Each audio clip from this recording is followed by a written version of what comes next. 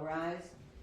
52nd District Court, 3rd Division is now in session. The Honorable Julie A. Nicholson is presiding. Please be seated.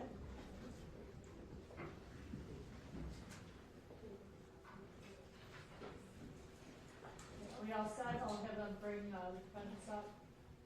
Yes, sir. All set?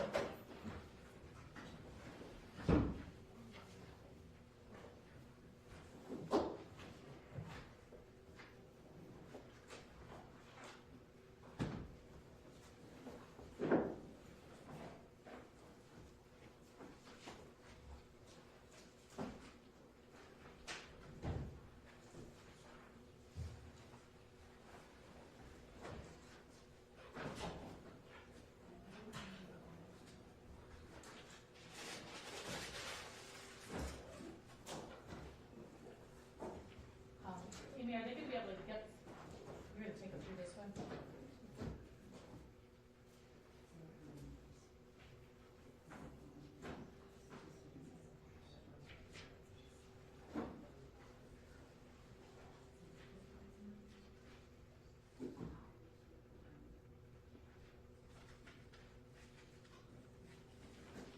I got a power for each of them. Okay.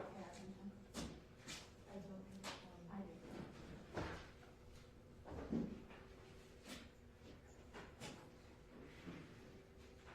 May have to move over for a little bit just for them to get through. I don't know if there's enough room in the front there. There's not a lot of room. Yeah, I know.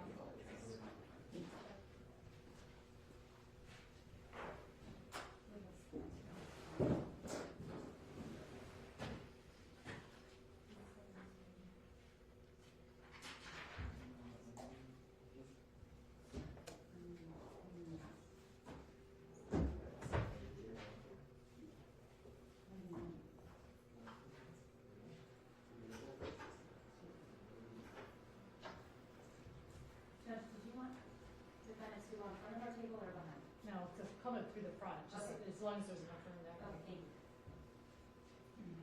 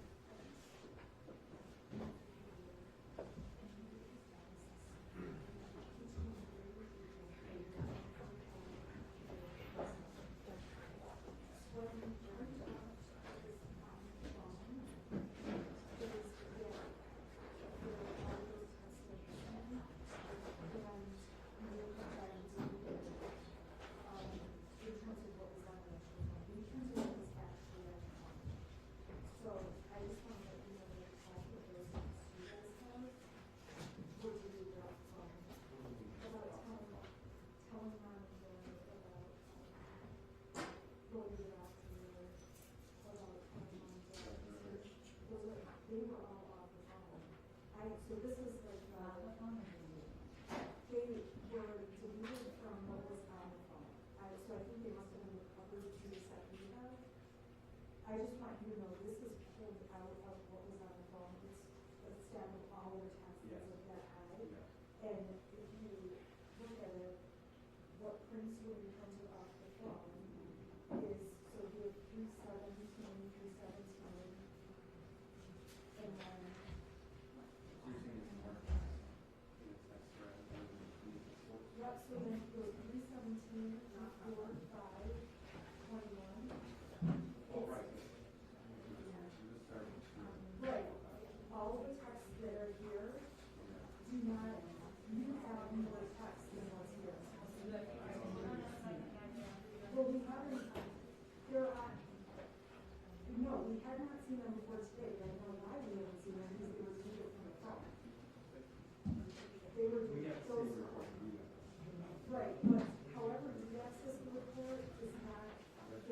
there's multiple ways to access it, that's all, but you accessed it in a way that you pulled up stuff that is not on a physical phone, must have been to you. Yeah, sure, but that's easy to solve. However, you got it for me, I think it was quite bad. Yeah, my point is that I just want to make you aware that there are some of the texts you have that were deleted before Ron Jack noticed. Yeah, that's a. That's a question for Wendy. I didn't notify you that our version we have not actual. Yeah.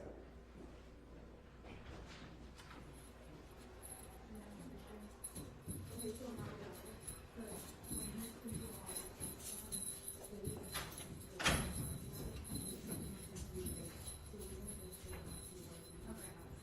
That's good.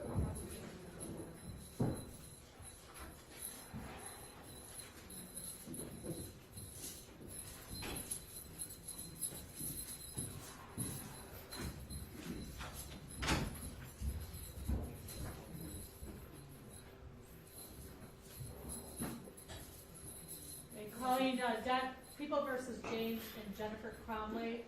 Crumbly, docket numbers 21006-651 and 21006-652. Can I have appearances on the record, please, starting with the prosecuting attorney? Good morning, Your Honor. Karen McDonald on behalf of the people. Thank you, Judge. Mark Keith, on behalf of people. Good morning, Your Honor. I'm Shannon Smith on behalf of Jennifer Crumbly. For the purpose of the exam and today, I am going to represent Ms. Crumbly, and my partner is going to represent Mr. Crumbly so that we can keep our arguments clean and separate.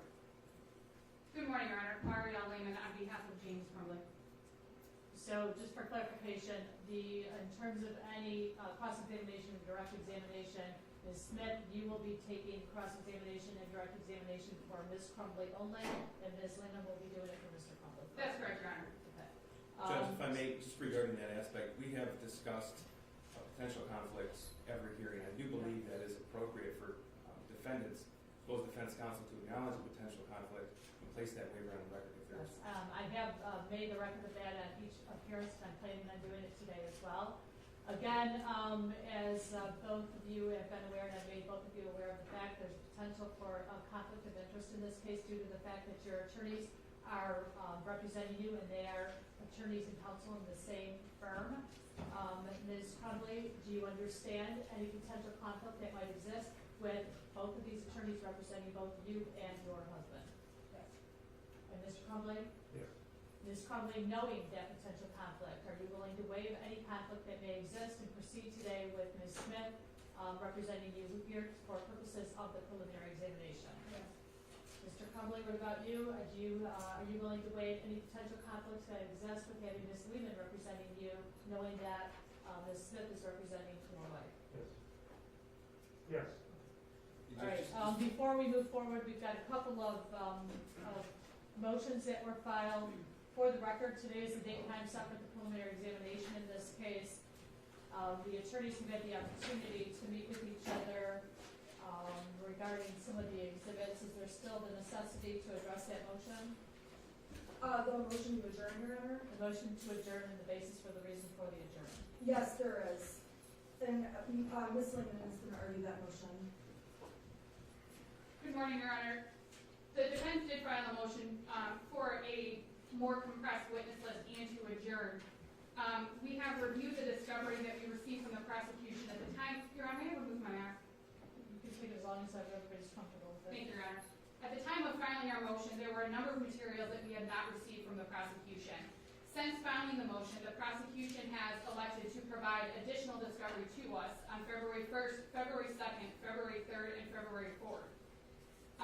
We did again ask the prosecution to provide us with a more specific witness list. The original witness list that was provided was approximately 30 witnesses.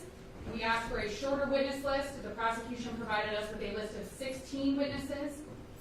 We did ask them for more specifics regarding their witnesses so that we could better focus our attention on preparing with our clients and also preparing ourselves for the preliminary examination today. In reviewing the materials that were provided on February, I believe, 2nd and February 4th, we learned that there were some materials that had not been provided by the prosecution to us, specifically regarding one of the witnesses that they expect to take the longest today, and that's Detective Wobrowski. We have met with the prosecution. The prosecution indicates that it sounds that they do have the materials that have not been provided to us, but they have not provided them. It's been, Your Honor, we have not been able to review their report specifically created by the detective, video specifically created by the detective. It's our understanding that those reports may or may not be used today, but that doesn't mean that they don't contain information that could be relevant to the defense. And Your Honor, in the amount of discovery that has been provided to us by the prosecution so far, there are at least 67 hours of recordings. As we've made the court aware, in order to have in-person visits with our clients, we have to obtain a court order for each visit. We have to obtain a negative PCR COVID test at least 72 hours before the visit, or I'm sorry, no more than 72 hours before the visit. And we have to schedule the in-person visit with our clients. We were able to successfully schedule 2 visits with our clients last week. However, we have not been able to review all of the recorded discovery, even all of the recorded discovery specific to some of the witnesses today, because there were other materials and matters that we needed to discuss. If we do want to visit with our clients, Your Honor, as I'm sure the court is aware, if we don't do it in person, it's done through a software, which quite frankly, Your Honor, has failed us more times than it hasn't. And we're also limited in time on those visits. We're limited to half an hour at a time, and we can't schedule multiple visits back to back. So, Your Honor, it's obviously been very difficult to prepare for this examination with the amount of discovery that the prosecution has provided. And the amount that the prosecution has provided that's relevant to our clients is also varied within the amount of discovery that they've provided to us. So, Your Honor, even though we've taken a number of steps to effectively prepare for our preliminary exam today, we do still have concerns that there are things that we are missing. We just had a conversation about text messages that we haven't seen, Your Honor. So the prosecution has indicated that they may have an explanation for why we haven't seen them, but we do still have concerns, Judge. And today even, the prosecution indicated that their list is even shorter than the 16 that they provided to us as recently as last Friday. So, Judge, the police reports that we reviewed indicate that there are dates with which law enforcement has provided over 100 gigabytes of data to probably over 200 gigabytes of data to the prosecutor's office, and we've received that data sometimes weeks later. So, Judge, we do have concerns about the material that's been provided to us. We do have concerns that we're missing material that will be relevant to the preliminary examination. And we can't be effective without being able to review everything, Judge. So we are asking that the court adjourn the preliminary examination for these reasons. Response? Thank you, Judge. We just spent 45 minutes meeting with defense counsel. Defense counsel indicated that everything in this binder that we put together for the court as well as defense has been turned over. Now, just a few minutes ago, Ms. Smith approached me and said there was a text thread that she didn't think she had or may have been deleted. Our expert in computer crimes is going to testify regarding how a user may or may not delete things and how it can be exported from the Celebrite system. That's not new information, Judge. We have turned over everything in an unprecedented fashion. By way of example, when we received the search warrant returns from social media outlets such as Instagram and Facebook on February the 1st, our paralegal, who's been dedicated to this case since November the 30th, every day she's worked on just this case. She's gathering discovery, she's compiling it, she's cataloging it, she's redacting it when necessary. She turned that around in one day. So the statement that this is some sort of strategy, quite frankly, Judge, just misses the mark here. We are following the rules, we're following court rules, we're following all rules of discovery. We are ready to proceed today. The information that counsel just referenced regarding Detective Rogowski, that's something called call detail records. We've already indicated we're not going to admit that at the exam. And those call detail records have been turned over to defense. Now, Judge, we have turned over everything that we possibly could have. We are ready to proceed today. And like I said, the prosecution has been following all those court orders. Thank you. All right, the defendants did file an emergency motion to compel witness list or in the alternative to adjourn the preliminary examination on February 2nd, 2022. The court has had the opportunity to review the motion, the response. Also did have a discussion with both attorneys relative to the nature of the discovery that had been turned over and what had not been turned over and or they believed had not been turned over. The court did allow both, all attorneys to meet prior to beginning today's hearing for approximately 45 minutes to go over all that discovery. In addition, the court adjourned this preliminary examination for approximately 6 weeks because it did acknowledge and understand that the discovery in this case would most likely be voluminous. Having taken all those measures, the court finds that there's sufficient evidence that has been turned over to the defense attorneys at this point in time, that their good cause does not exist to adjourn the exam again. If there's a good likelihood that this exam will not complete today and that it may need to go into another date and time. So having taken all those factors into consideration, the court is going to deny the motion. The prosecutor also had a motion. Thank you, Judge. The people filed the motion as well as to restrict communications between the defendants during court. It became known to us that during certain Zoom breakout sessions, the defendants were making certain gestures to each other. We're asking this court, through this court's inherent authority, to restrict the communication, Judge. I did file a plea, and I believe it speaks for itself. I do not believe there's an objection from the defense. Defense. Your Honor, the fact that the prosecution wasn't even aware of the communications until they were later told by other people shows that our clients weren't trying to do anything to disrupt court. All of the communication, they didn't realize it was being broadcasted. They certainly didn't intend to hurt any of the victims from Oxford. On that, we apologize to the court. I already told the prosecution I would tell our clients not to have communications at the table or send messages of I love you at the table. They agreed. There was no reason to file a motion. Our clients will behave. They're not going to do anything like that, and they certainly don't mean to offend anyone. Thank you. The court has had the opportunity to review and consider the motion that was filed by the prosecutor as well as the oral arguments. I'm going to grant the motion as it relates to in-court proceedings. Mr. and Mrs. Crumbly, this is a court proceeding. During the course of any breaks or while maybe I'm looking away or somebody else is looking away, you're not to have communication with each other. It's disruptive and it is disrespectful. Okay? All right, are we ready to begin? Yeah, Your Honor. May I address the conflict issue for one brief second? Sure. I just wanted to add one additional factor. I don't believe it's ever been placed on the record by the defendants that they understand that they're not similarly situated. They have the same charges, but the evidence will be different against one than it is against the other. I think it's important to know and important for the defendants to understand and waive a conflict in that regard as well. Any response from the defense counsel? Your Honor, we acknowledge that the cases are different for Mr. Crumbly versus Mrs. Crumbly, and it's part of the reason to make it easy for this court. I'm going to represent Jennifer Crumbly, and Ms. Lincoln is going to represent James for the purpose throughout this hearing.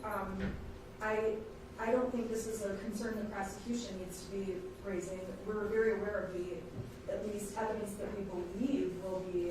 And I'll just confirm with the defendants again. Mr. and Mrs. Crumbly, starting with Mrs. Crumbly, do you understand that there's potential that you have different interests and you are not necessarily on even par with each other in terms of what your issues may be, which again could lead to a potential conflict of interest. Do you understand that? Yes. And knowing that, do you still want to proceed today with these attorneys? Yes. Mr. Crumbly, do you understand that? Yes. And do you still want to proceed today with these attorneys? Yes. I'm going to go ahead and proceed. Go ahead and call your first witness. Your Honor, I'm sorry. We do have two very quick preliminary matters. First, we'd ask the court to have a sequestration order and make that even more explicit only because there are witnesses who can view the court proceedings from outside of the courtroom with the live streaming. So we would ask that every witness be instructed there not to view the other witnesses and for sequestration. Okay, that's a good point. Do they have phones on them? The witnesses are, to my knowledge, all the witnesses have been sequestered. The only witnesses that may be in the courtroom is the first witness. Is that correct? I believe. I'm going to take a minute and have the prosecutor and or the deputy advise the other witnesses that they are not to view anything on their phones. Their phones should be off. Policy from the Supreme Court is that if they're in the common areas of the courthouse, they can have their phones, they can have them on. In the courtroom, you cannot. So I am going to direct that they turn their phones off until after they leave the courthouse. And then, Your Honor, just another issue which doesn't have anything to do with prosecution.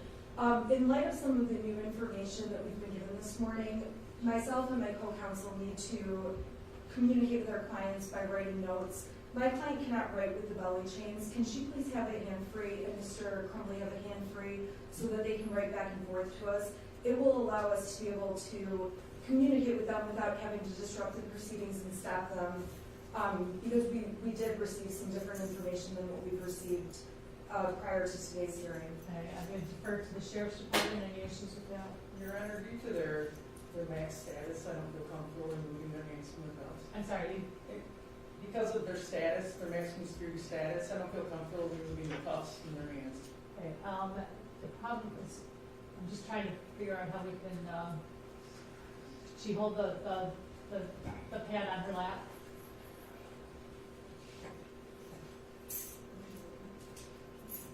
And I will give you a moment in between if you need to confer with them, okay? All right, it might take us several moments Yeah, as we go through the exhibit. Yes, so. you just have everything on your, keep the legal pad on your lap. And if you can, I know I don't have anything that the cable doesn't go over, so it doesn't give you an opportunity to kind of slide underneath there. Your Honor, is it possible, and I guess this would be a question for the deputies, is it possible just to handcuff them without the belly chains, that way they're still cuffed?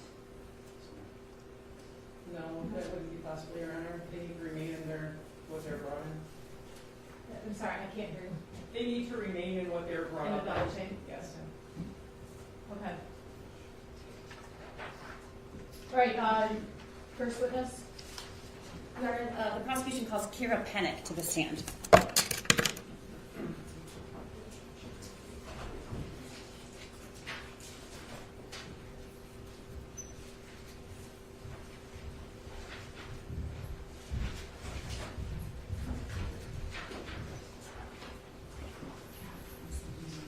Okay, ma'am, if you'll please raise your right hand for me. Do you solemnly swear any testimony you're going to give will be the truth under the penalty of perjury? I do. Okay, if you'll have a seat. I'm just gonna go over a couple of things with you real quickly. And you can have, scoot up as close to those microphones as you can. If at any time, you feel comfortable enough and you're wanting to remove your mask, you can do so. I also am going to ask you to keep your voice up so that we can all hear you and speak clearly, and make sure you are verbalizing all responses. Don't shake your head or say uh-huh or because the court recorder can't record that, okay? Okay. Okay, can you please state your full name for the record and spell both your first and last name? My name is Kira Pennock, Kira Pennock. Thank you. Go ahead, counsel. Kira, you may also remove your jacket if you're more comfortable. Okay. Yes. It's cold in here, but I don't think it's cold. All right, Kira, can you tell the court how old you are? I am 25. And can you tell the court what your occupation is? I run a horse farm. I give lessons and board horses. And do you own the farm? I do. Okay, and can you tell the judge what that entails? We have some boarded horses, so people pay us to take care of their horses. We feed the horses, we water them, we turn them outside, and then we also offer training services where we put training on horses or give riders lessons. So how does the business generate income? The boarding side of the business covers, the expenses of, the feed and water, the necessities for the horses, and then it also covers the care. So we have some workers that help to keep the business going because we have a lot of horses. Okay, without giving the specific address, what town or township or city is the farm located in? Metamora. Okay. And Kira, do you know Jennifer and James Crumbly? I do. Do you see them in the courtroom here today? Yes. Could you point to Jennifer Crumbly or tell me something she's wearing? She is right here in the front. She is wearing a mask and glasses. Okay. Judge had asked that the court take notice that the witness has identified Jennifer Crumbly. No objection, so noted. And do you see James Crumbly in the courtroom here today? I do. And can you tell us what he's wearing? He is on the far end, and he is wearing orange He has a mask on and glasses. All right. Judge, can you take notice that she's properly identified James Crumbly? Any objection? No objection, Your Honor, noted. Kira, who do you know better, James or Jennifer? Jennifer. And when did you meet her? I met her a few years ago, and I met her through the horse world. She had a horse at the time. All right. When you say a few years ago, we need to know if all possible, what year was that? I do not recall the exact year. Was it more than 3 years ago? I do not believe so. Okay. When you met her, did you own your business at the time? No, I did not. So how did you meet her? I have some friends that were familiar with the barn that she had her horse going to. Okay. At the time, did she have one horse or two? One. And what was the name of the horse? Shorty. Okay. And currently, how many horses did the Crumbleys or do the Crumbleys own? They have two. Okay. And at some point, another horse was purchased? Yes, the second horse was purchased earlier in 21. Okay. And what's the second horse's name? Billy. And do you know how that purchase was made and in what circumstance? That was an online purchase. She had the horse shipped to Michigan. And did she tell you why or how that happened? She was looking for a new horse that she could do some jumping on, as Shorty had an injury where he could not be jumping. So she happened to find this horse online, and she purchased him to Did be she shipped up here. Did she tell you how that occurred? She was drinking that night and said that she made a purchase. Okay. How do you know she was drinking? She had told me. What exactly did she say? Did she say she was intoxicated or she'd been drinking? She said that she was drinking. Okay. And did she tell you how much the horse cost? She said the horse cost $5,000. All right. And you're telling your testimony is that happened in 2021? Yes. Of what month approximately? Was it after you owned the business? No, this was at a different boarding facility. Okay. So do you know about what month it was purchased? The horse ended up showing up in February.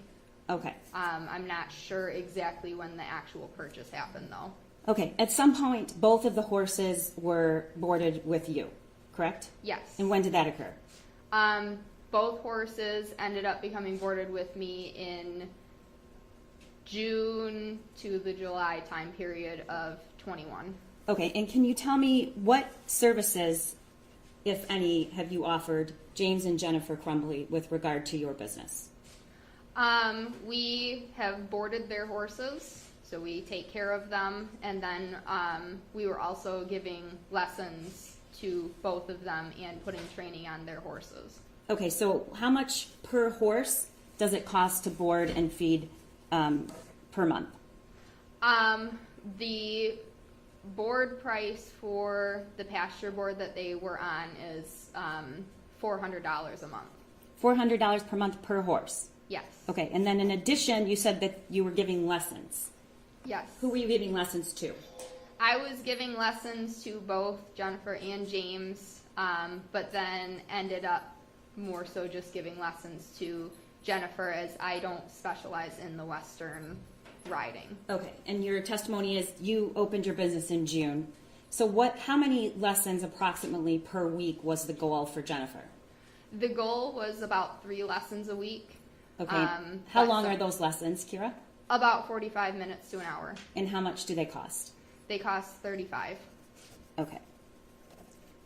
And then did James also have lessons every week? No, he did not take lessons every single week, but he would take lessons on occasion. Okay.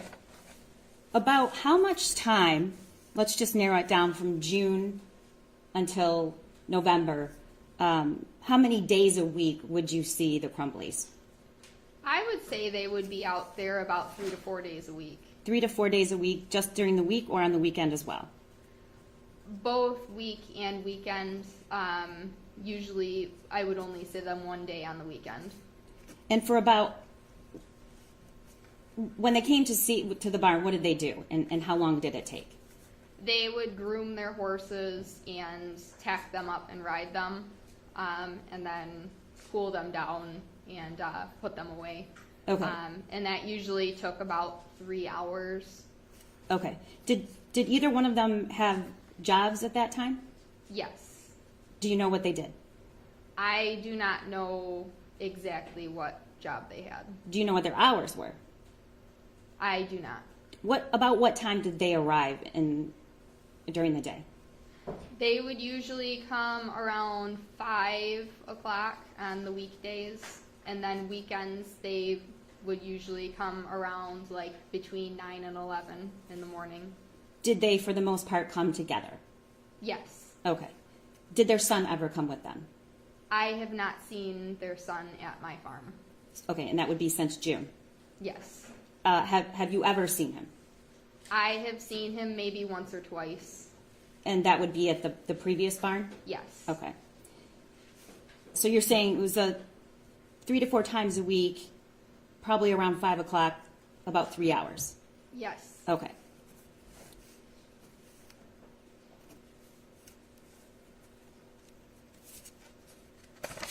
Did the horses ever require any care other than just boarding and feeding and grooming? Yes. Sometimes we've had to put like ointments or take care of them if they injured themselves or need some type of vet care. Okay, and, along with holding them for the farrier. Okay, to do their feet. for those of us in the world that aren't exactly sure what a farrier is, can you tell the court what that is? Basically, a person that does a pedicure for a horse. They can put shoes on a horse, and they just make sure that the horse stays sound enough for either riding or pasture, even if a horse can't be ridden. And that's a regular service that needs to be done. How often does it need to be done? Every 6 to 8 weeks. And did the Crumbleys provide that to their horses? Yes. Okay. The farrier would go to the barn? Yes. Okay, about how much does it cost every time the farrier visits each horse? For their horses, it was about $130 each horse. Okay. And then if the horse needed assistance because it was injured or sick, whose responsibility is it to get veterinary care? It is the owner's responsibility to pay for the care from the vet, and also most of the, like if it's very involved care, they should be the ones doing it, but we do offer the services of, putting ointment on a horse's wounds as just. And so for the most part, did James and Jennifer make sure that was done? I would say so, yes. Okay. I asked you before if you'd ever seen their son since you started your business, and you said? I have not seen him more than maybe once or twice. Okay. Do you know why he didn't come to the barn with his parents for 3 hours, 3 to 4 times a week? I was told that he didn't really want anything to do with the horses. And who told you that? Jen did. Okay. Would you consider Jennifer a friend? I would. Okay. And at some point, did you ever become aware of any marital issues? She has mentioned some things in the past. Like what? Like what? She had mentioned. I would Hold on a object this second. for relevance. Your Honor, according to MRE 401 and People v. Mills, which is a Michigan Supreme Court in 1995 case, evidence is relevant if it's material or probative. At issue here is defendant's duty to protect the community from intentionally harming someone by willful disregarding of clear signs of danger. What they did, what they didn't do, how they spent their time, what they exposed their son to, all is probative and material, and I believe it is relevant, Your Honor. The court is going to overrule the objection. Go ahead. She had mentioned that she had found some information of she thought that James was cheating on her, looking up singles in the area online, but then Ethan had. Hold on one moment. Yeah. Do you know approximately when that was? Did she tell you that? I do not recall exactly. Was it since when. June? Yes. Was it warm outside or cold outside? It was warm outside. Okay, so summer of 2021. I would say so, yes. Okay, and what was her reaction to that? She was very upset. And did she tell you what she did as a result of it? She confronted James about it, and James had said that he didn't do that. And then Ethan had come forward and said that he was the one that was looking these up online. Okay, so did she tell you that then Ethan was aware of this accusation of dad cheating? I do not recall if she said that he knew about it. Okay, what was your general impression of Jennifer? I did not have any issues with her. How would you describe her? I really liked how dedicated she was to the horses, and she had aspirations of doing some competitions in the summer during show season, and she had always treated me and everybody else with respect at the barn. Okay, and did she talk about her son very much? Not a whole lot.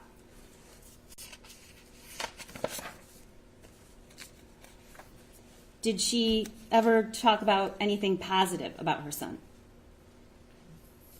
I don't recall her outright saying anything super positive.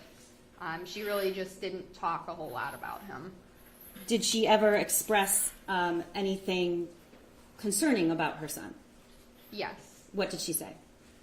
She said that he did not have any friends, that he only had one friend, and he spent a lot of time online or playing games. But he just seemed to keep to himself. Did she have a word to describe that? Not really. She thought that it was weird that he wasn't out doing things like a normal kid. Did she call him weird? What did you say? Did she call him weird? Yes. Okay. And was there a time, do you remember the time frame she told you that he didn't have any friends? I do not remember the time. Okay. Did she consider him a normal? No. How do you know? Just how she really didn't talk a whole lot about him, and when she would talk about it was just, oh, he doesn't do normal kid things. Okay. Did you have any contact with Jennifer or James on November 30th Yes. of 2021? Okay. Did either one of them, to your knowledge, go to the barn on that day? James had gone that morning to put some ointment on Billy's legs. What was wrong with Billy's legs? Billy has something called mud fever or scratches. It's a fungus that sometimes will grow on a horse's legs, and it causes scabs, and it's pretty painful. And did the Crumbley seem concerned about Billy's legs? Yes. Okay. And how do you know James was there? Did you see him? I did not see him, but some of the other people at my farm saw him there. Okay. Did you have a conversation at all, either on the phone or via text, with Jennifer? About anything on that day? Yes. Okay. And when you say James was there, was he there in the early morning, in the afternoon? Do you have any idea what time it was? I do not know exactly when. I just know that it was in the morning. Because you saw that the salve was on Billy's legs? Yes. And what time did you notice that? That was probably around noon. Okay. So did you ever see Jennifer that day? I did not. Okay. But you spoke, what did you do, text her or call her? Facebook Messenger. Okay. And did you often communicate with her through Facebook Messenger? Yes. Is that something you use normally? Is there a reason why versus text? It seems to be a lot easier for people to just message through Facebook. Okay. I'm not totally sure why. I don't really use Okay, my phone that's okay. much, so.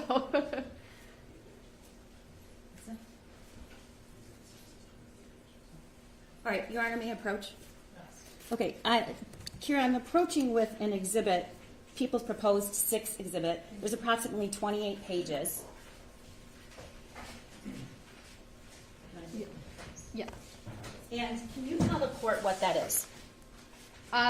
These are the messages that morning of November 30th. And who are they messages between? Between myself and Jennifer. And that's Facebook Messenger? Yes. Okay. And can you tell the court when the messages start and when they end? The messages start at 10:18 a.m. on November 30th, and the messages end. I am not totally sure date-wise of when they end here. There is no date on these, but I know that. Okay, if you can take a look at the last couple pages, the last date that you see.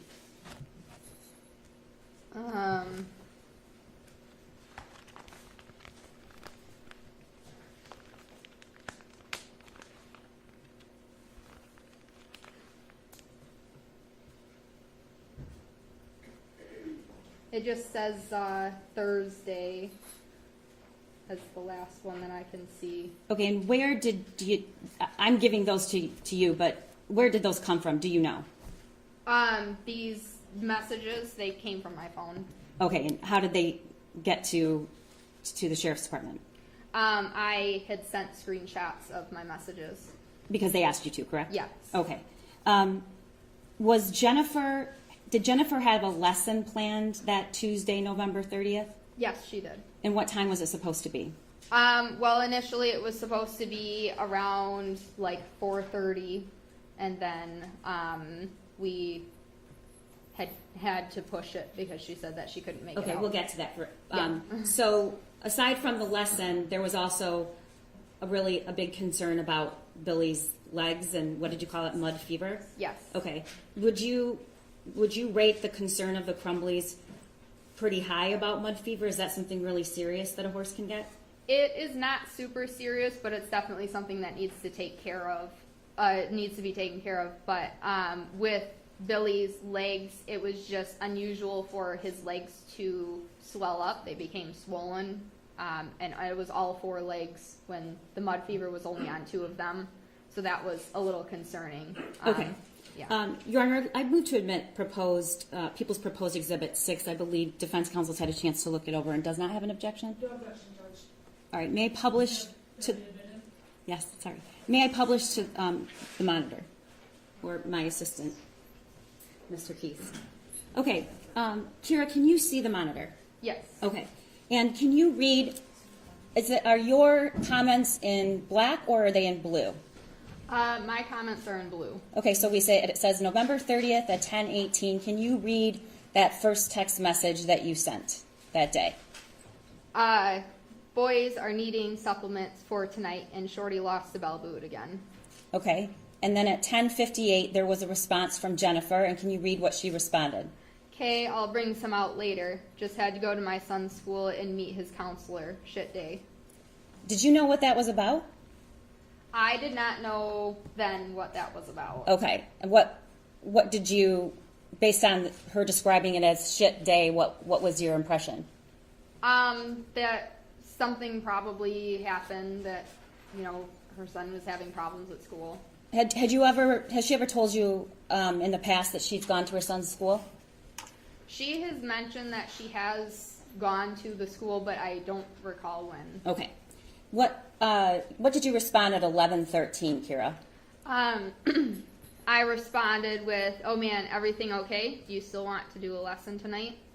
And her response? "Yeah, I still plan on doing the lesson. Everything's okay. He's just having a hard time after losing Tank, his friend going away to a treatment facility, and who knows what else, but he was caught drawing this on a math assignment today." Okay, who's Tank? Do you know? Tank was their dog. Okay. And did you know about the loss of the dog recently and the friend leaving, the one friend he had leaving? Yes. Okay. And then she texts you a picture of looks like a math worksheet, correct? Yes. Okay. Did you look at it closely then? I looked at it after I happened to open it and see it that day. And what was your response to that? Well, my response. Wait, I didn't ask that well. What Oh. what was personally your response to it? What did you think? I was alarmed. I thought that was not normal for. What was alarming to you about it? All of the violence all over the page. It just didn't really seem like something that a kid would do on a test in school. Okay. Were you aware that the Crumbleys owned guns? Yes. Were you aware that they purchased a gun for their son? I did not know the gun was for their son. Do you follow her on social media? I do. Did you view a post about taking her son to Mother-Son Day and a early Christmas present? Did you see that post? I had seen it, but I'm not sure exactly when. I don't really spend a lot of time on social media. Okay, me neither. Okay, so you said you were 24, correct? 25. 25. I'm sorry, and you're not a parent, No. but you were really alarmed about that. Yes. Okay, and what happened after she texted you? What was the next text that came through? The next text was as long as I can get out there early enough. So this is from Jennifer. Yes. Okay, can you speak up just a little bit and read that text? Yeah. As long as I can get out there early enough because I had to leave work for an hour and I have a meeting in Southfield at 3 o'clock, but I should be done with that by 4. I plan being there, plus the vet said it's better for him to move around and keep it circulating, going while he's dealing with the mud fever. Good times. Good times. Okay, so it's your understanding based on the text messages that she'd already met with the school. Yes. Okay. And she's texting you about mud fever now. Yes. All right. What was the next text that came through? I said, OMG, he needs some horse therapy. I bet he would love Mo. And who were you talking about? Who's he? Ethan. Okay. And then what did you say after that? Said, whatever works for you, just let me know. I only have Bella's lesson tonight at 5:30, so anytime after her lesson is fine. Okay. And what was the response? Okay, yeah, well, he'll be coming out with me tonight. James is working. He can't be left alone. So he can't be left alone. Who did you understand her to be talking about? I understood her to be talking about Ethan. And you stated what? I said that, or does he want to ride? And her response? And she said, I don't know, maybe brush a small horse so he's not intimidated, LOL. And you're suggesting Mo, Yes. who I assume is a horse you own? I do not own him. He is Okay. boarded at our facility. All right. And your suggestion was what? Make it a family event coming out to the barn. Really, though, I've seen some amazing things done with horses with kids. And what did Jennifer say? He needs something. And then what else? I said, let's make him a cowboy. And Jen had responded, LOL, mom, goals for real. All right, Kira, you know what happened on November 30th, don't you? Yes. When did you hear about it? I heard about it when I got a call from one of my students' moms. About what time was that? That was in the early afternoon. I don't recall exactly what time. Do you know people and kids that were in that school that day? I do. How many? I know one for sure, which is one of my students, and I know some of the other kids, not personally, but that were in the school also. Okay. When you heard about the shooting, was it public who was responsible for it? It was not. What was your thought?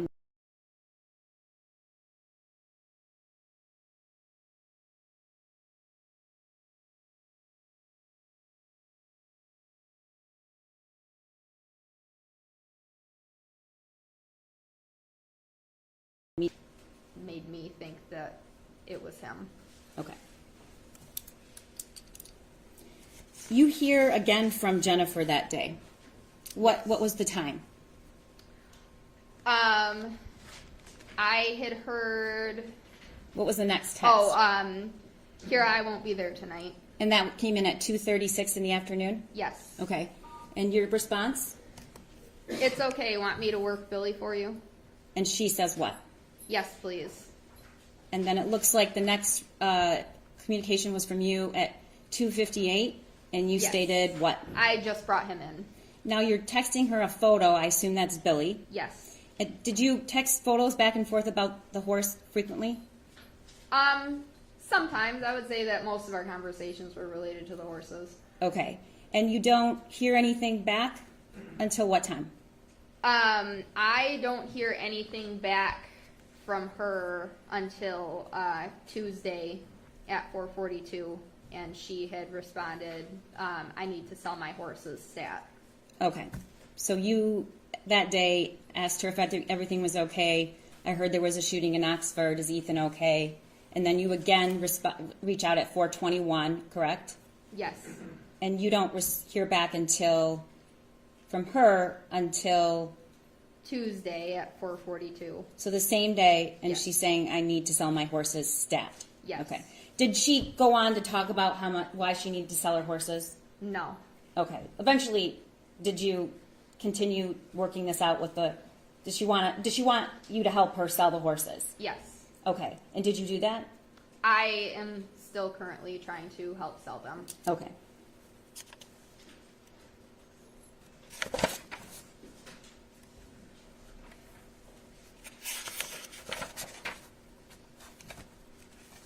Your Honor, I believe that the drawing and the math worksheet is stipulated to, and that is people's proposed. Mr. Peace is going to tell me. 7. So I move for the admission of that. No objection. Be admitted. And that is the. Okay. Should I publish? Could I publish this on the screen, just so that we know there's 2 versions of that worksheet? So I want to make sure we're.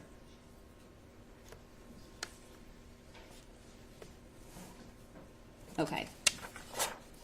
Kira, the conversations that occurred afterwards you seemed compassionate for Jennifer at the beginning, correct? Yes. Okay, and why were you? I wanted more information on what happened. Okay. And you stated a couple times in the exhibit, the conversations, just be honest. Yes. What did you mean by that? I wanted her to be honest about anything and everything. I'm a very truthful person, and I think that the truth is much better than a lie. Okay. Did you suspect, what was the reason you suspected that she might not be honest? Was there something that you were concerned about? Your Honor, I would object that this calls for speculation, and also the question is presuming facts that were not in evidence prior to the question. Response. I'm not exactly sure what the objection is, but I can move on. So at some point, did you stop communicating with her? I tried to still talk to her, but the conversations got fewer and far between. Okay. Did Jennifer ever mention taking Ethan to the doctor? No. Did she ever talk about him needing to get a physical, or that he was ill and needed treatment? I don't recall. Did James ever talk about that? No. Okay. And did you ever hear either one of them talk about getting their son therapy? No. Okay. One moment, Your Honor.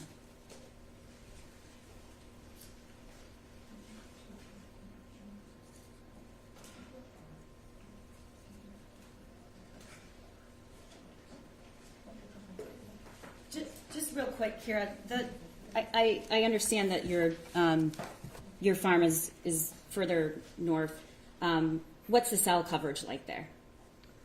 It is better than a lot of other farms, but there are still areas where you don't really get great cell service. Okay, but you can receive and take calls, receive and make calls. Yes.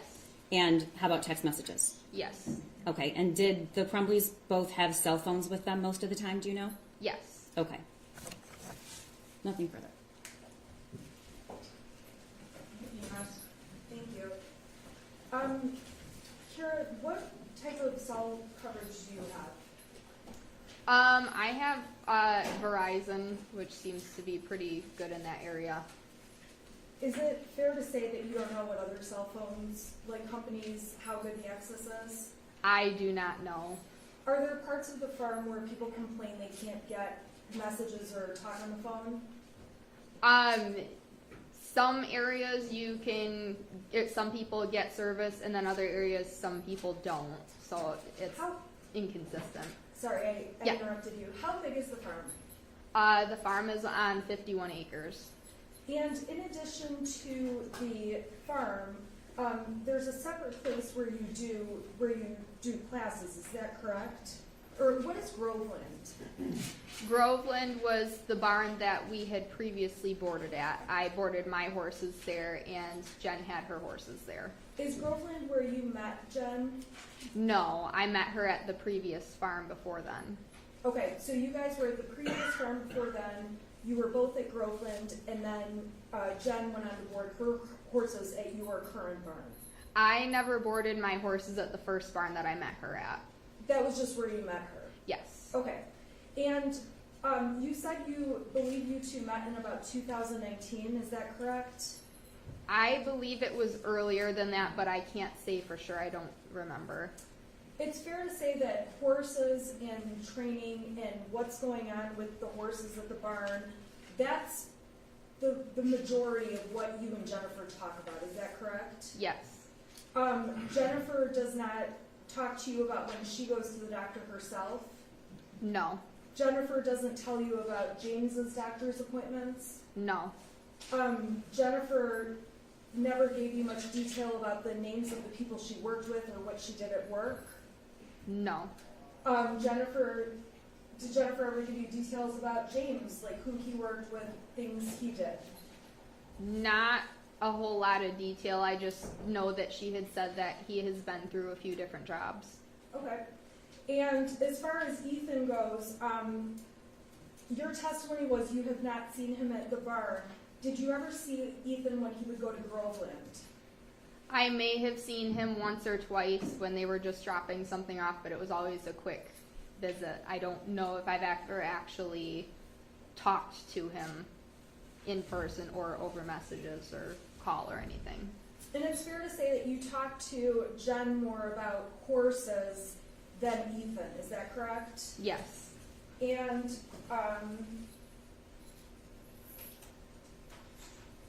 with respect to Ethan coming, you wouldn't have had a problem if Ethan came that day on November 30th, is that correct? I would not have had an issue with him coming. It would have been unusual for Ethan to come to the barn with Jen on the 30th because he didn't normally go with her, is that correct? Correct. And on the 30th, when she was planning to bring Ethan, you assumed she was upset about Ethan or had some kind of concern for Ethan, is that correct? Yes. Jen also had the option to say to you, I'm canceling the lesson, I'm not going to come, I won't be there, correct? Yes. And in her messages to you, it was clear to you that she did not want Ethan to be alone, is that correct? Yes.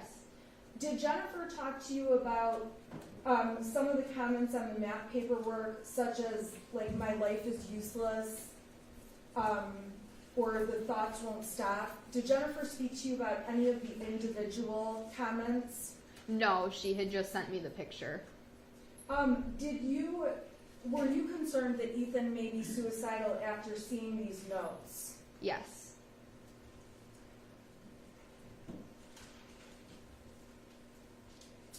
Prior to the 30th, when you saw this math note, had you ever been concerned that Ethan would be suicidal? No. Had you ever had reason to believe he was homicidal or he would hurt other people? No. Had you ever been given reason to believe he was not mentally sound, that he needed professional, medical help? No.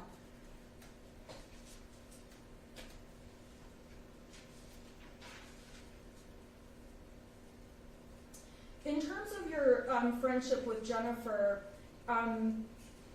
it's fair to say when she's texting you and she says something like LOL, you understand what she means by those comments, correct? Yes.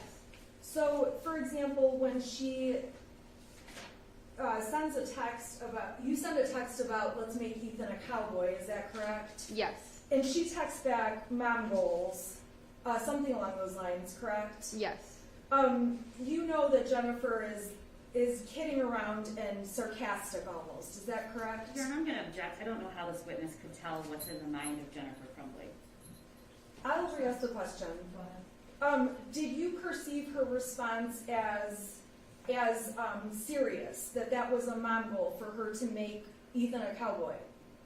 I could see her wanting to be able to have her son out at the barn and go riding. A lot of parents want to do something with their kids, and that was how I took it. But a lot of boys don't really like to ride horses, so I didn't see it as a serious thing that would actually happen. Okay, it's fair to say that you and Jennifer are able to kid back and forth, though, correct? Yes. You testified that you don't see as many boys. Do you see more girls coming out to the barn for riding? Yes. How many more, what percentage would you say, if you were talking about young people, like teenagers, are girls versus boys?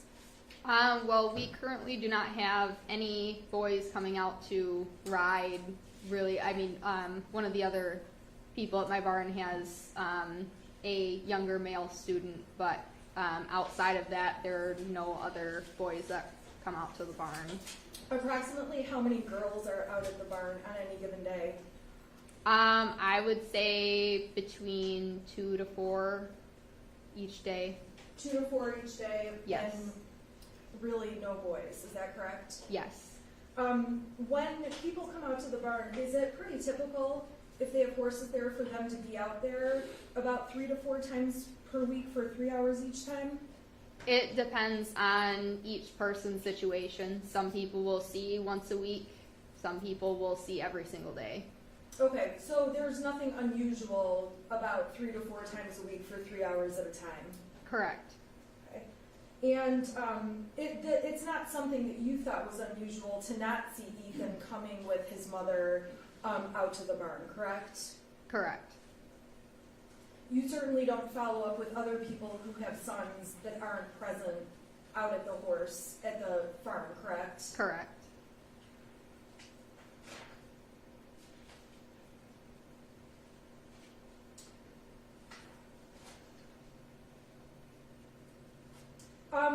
In the text messages with Ethan, you said they were Facebook Messenger messages? Yes, Facebook messages with Jennifer. Jennifer and you go on, the whole exhibit has been admitted, so the whole packet is admitted. Yeah. It's fair to say that beyond what the prosecution showed, after those messages, you and Jennifer communicated about you buying Billy. Is that correct? Yes, I was planning to buy both Billy and Shorty. And you talked about buying Billy, Shorty, the tack, other horse-related items? Yes. Okay, and you were talking to Jennifer about how the horses could be signed over or what you guys would need to do, is that correct? Yes.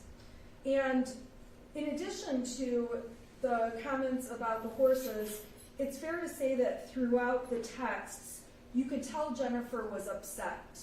Yes. So, for example, when she said, "I'm bawling right now, Kira," how did you take that? What did you take that to mean? She was upset and she really loves her horses. And when Jennifer wrote, my son ruined so many lives today, what did you take that to mean? I took that as he was the shooter at Oxford. And you reassured her that you'll take care of the horse end for her to take something off her plate, correct? Yes. And you reassured her in terms of saying, try to get some rest, you'll need it, that kind of thing. Yes. Jennifer thanked you for not judging her unlike the rest of the world. How did you take that? I didn't really know how to take that. You did text Jennifer, I know you and James, correct? Yes. And you texted, this doesn't even remotely make me think it's your fault. Is that a message you sent Jen? Yes. It sounds like Ethan was a troubled kid. Yes. Is that correct? When you said, this doesn't even remotely make me think it's your fault, what did you mean by that? I had never gotten the feeling that Jen and James had those types of issues with their son. So, although you knew a limited amount about Ethan, because Ethan wasn't someone you frequently talked about, you never had the idea that something like the tragedy that happened on 11/30 could happen and Ethan could be responsible for it. Correct.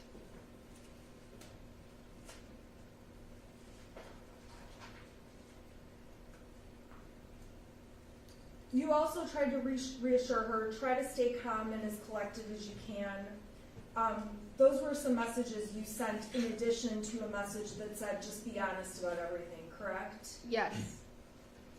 You also reassured her that you had ridden Billy that day, he was going to be fine, helping alleviate stress on that end for Jen, is that correct? Yes.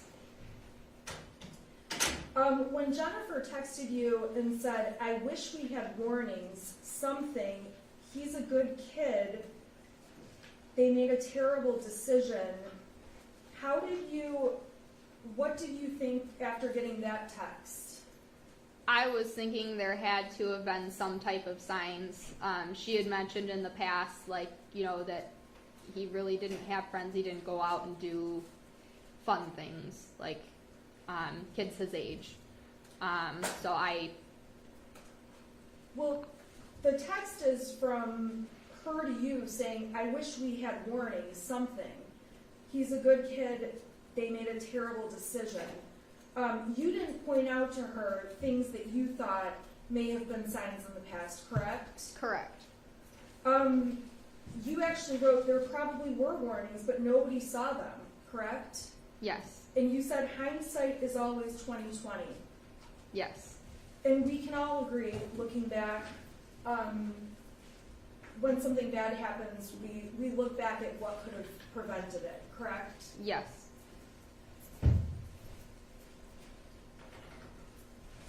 When Jennifer said he's a good kid, you didn't write back to her anything like, well, actually, your son is not a good kid, correct? Correct. And although he didn't hang out with friends, you were aware that he had one friend he was particularly close to, correct? Yes. And on Facebook, throughout Jen's profile, you said you were social media contact with her, is that correct? Yes. Could you see pictures of them going camping and taking Ethan places? I did see posts about them doing things with him. So there were posts about the family spending time together, camping, going places on the weekend, correct? Yes. And you testified that you understood he played a lot of video games, is that correct? Yes. And that never struck you as something that was overly problematic, correct? No. You had no reason to ever say to Jen, like, hey, Jen, wake up, there are signs, or anything like that. No.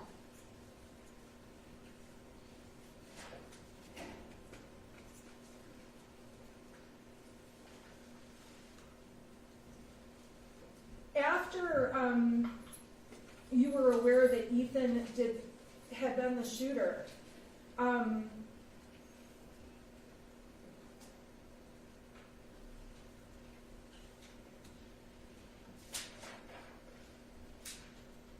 you and Jennifer attempted to talk to each other on the phone. Do you recall that? Yes. And do you recall that Jennifer said you had to call her through Facebook because she has to use a track phone? Yes. At that point, did you and Jennifer have a telephone conversation? We did not.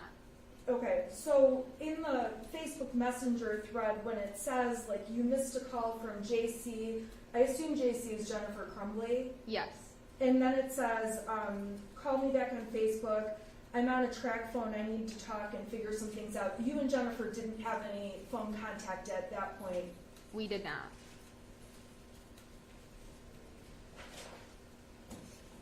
And when Jennifer was on that track phone, she said it would be easier because texting on that phone is hard if you guys could talk, correct? Yes.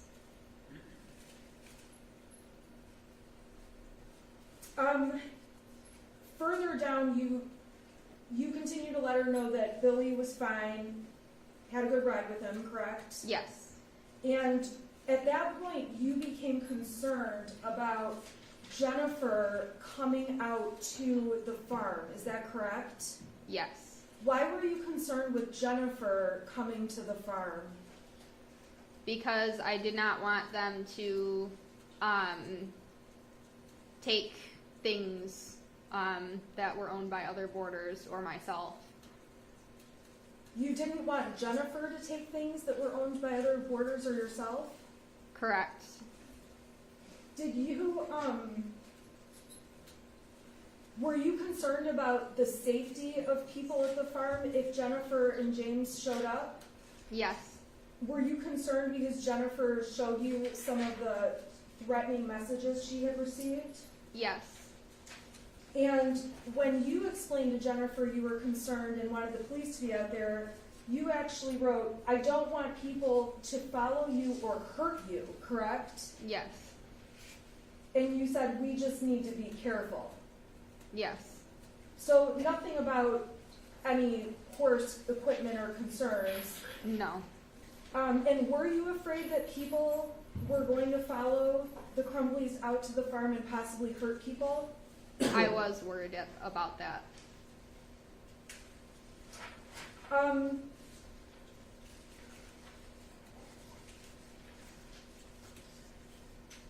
After that discussion about the police, Mrs. Crumbly made it clear that they were headed to a safe place for a couple days. Is that correct? Yes. They did not tell you, she did not say the location they were going to, just a safe place. Yes, she had said that it's a motel or hotel in Lapeer, and that was, I don't know where exactly they had gone. And then your messages to her were, I'm very glad you're safe, I care about you guys, correct? Yes. Was that true? Yes. And again, you reassure her, I will take care of your boys, let me know when you want me to buy them and I'll buy them. You were trying to figure out something to see if you could buy them, is that right? Yes. You also said if you need anything, just let me know, correct? Yes. Doing all the things that you could do as a friend to Jennifer Crumbly. Yes, and I also wanted to make sure that the horses didn't end up in a bad situation. And Jennifer wanted to make sure the horses didn't end up in a bad situation too, as far as you could tell. Yes. And as you're texting her about the horses and everything else, in the little bit about what's going on after finding out about the shooting, you didn't follow up with her about what her work arrangements were? No. You didn't follow up with her about what, if James was still working or what he was doing? No. You didn't follow up with her about any other kind of personal issues related to her? All that you followed up about is what we can see in the texts. Yes. So it's fair to say that your friendship with Jennifer was pretty limited to horses, care for horses, and maybe just some friendly chit-chat, correct? Yes. Looking back, you're not looking at conversations regarding Ethan as anything where you should have contacted law enforcement, correct? Correct. Nothing where you should have had an alarm go off and say, ooh, I should call the police about this one. Correct. Even the day that you saw the drawing that's up on the board, you didn't contact law enforcement to say, I just saw like a really crazy drawing or anything along those lines? I did not. And if anything, Jennifer appeared to be very concerned about what was going on, correct? Yes. When Jennifer had ever been out to the school or not, you weren't aware of every time Jennifer had ever been over to Oxford High, is that fair to say? Correct. So that day stuck out as something unusual. Yes.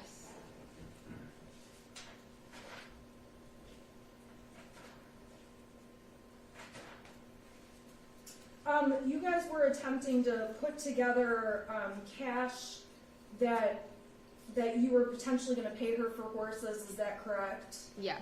Ultimately, the two of you never physically met up. Is that correct? Correct. So the extent of all of your communications is contained within these 28 pages of Facebook Messenger messages. Yes. You already testified there were no phone calls and there was no personal, like, one-on-one contact. Yes.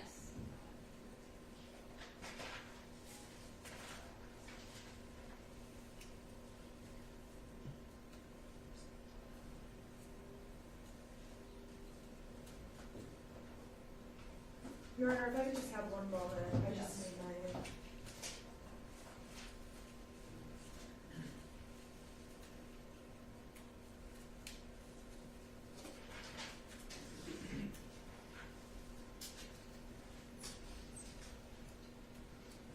I have nothing further on behalf of Jennifer Crumbly. Any questions on behalf of James Crumbly? Yes, thank you, Your Honor. Ms. Pennock, did I pronounce that correctly, Pennock? Yes. Thank you. You testified that you didn't speak to James very often, did you? Yes. That's correct, you did not speak to him? Correct. often? And when you did, it was about horses, is that fair? Yes. Horse-related matters, correct? Yes. He didn't tell you that he had to go to the doctor or anything, right? No. He didn't tell you that Jen had been to the doctor. No. He didn't talk about Ethan's medical appointments. No. So similar to Jen, he kept his communications with you about horses and horse-related matters. Is that fair? Yes. And you didn't reach out to James after seeing this picture from Jen and say, I'm really concerned about Ethan, right? I did not. And you testified previously that your communications with Jen or James, you never were concerned about Ethan. Is that fair? Correct. There was never anything that you saw that gave you cause to be concerned about Ethan's mental health, right? No.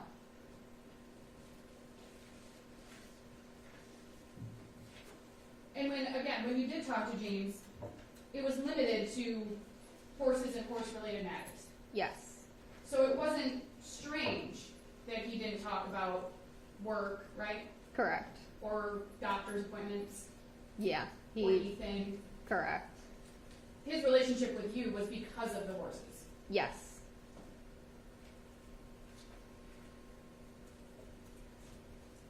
Nothing further, Judge. Thank you. Can you redirect? Briefly. Carol, you just testified that you didn't, I believe the testimony was you kept your conversations to friendly chit chat. Is that right? Yes. Except that she did talk to you about her husband having an affair. She never said that he had an affair. She just had a feeling. She had a feeling. And she Yes. did talk to you about her son being weird. Yes. And she did talk to you about the fact that he only had one friend. Yes. And she did talk to you about how he didn't like horses. Yes. Okay. And in all the time that you've met Jennifer and James and you've known them, how many times have you seen Ethan? Maybe once or twice. Okay, let me ask you this. Did both parents have to go to the barn every time for 3 to 4 times a week, 3 hours at a time? They did not have to go together. Fair to say, some of that stuff, all of that stuff could have been done by one person. Yes. Okay. And when you told Miss Smith that Jennifer was very concerned, she still did, though, have the time to text you about Billy's mud fever Yes. and arrange the lesson and then cancel the lesson. Yes. Okay. And when you said you told her it's not your fault and you know hindsight is 20/20, at that time that you stated that, did you know that that they purchased a gun for Ethan and it was accessible to him? I did not know that the gun was for Ethan or accessible. Objection, Your Honor, about accessible. That was Your Honor, I'm not offering it to prove that it was. I'm asking, did she know? Sustaining the objection, refers the question. Thank you, Your Honor. Did you know that Jennifer texted Ethan the day before about the ammunition search? LOL, you have to learn not to get caught. I did not know. Did you know that that the school told Jennifer and James they needed to get him therapy? I did not know. Did you know that when they heard about a shooting, that James went home to look to see if that gun was there? I did not know that. Did you know he called 911 and said, my son is the school shooter? He I thinks? did not know that. And did you know that Jennifer texted, don't do it, Ethan, don't do it? I did not know that either. Nothing further. Okay, can you step down?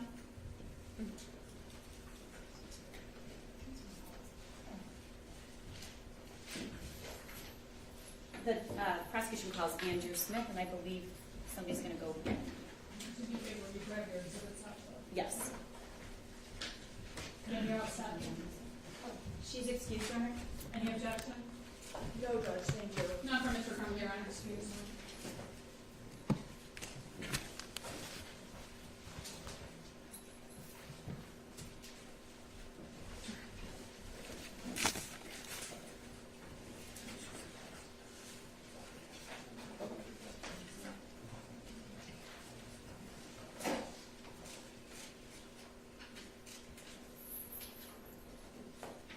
Kim, what was the number we admitted of the, that map? 7.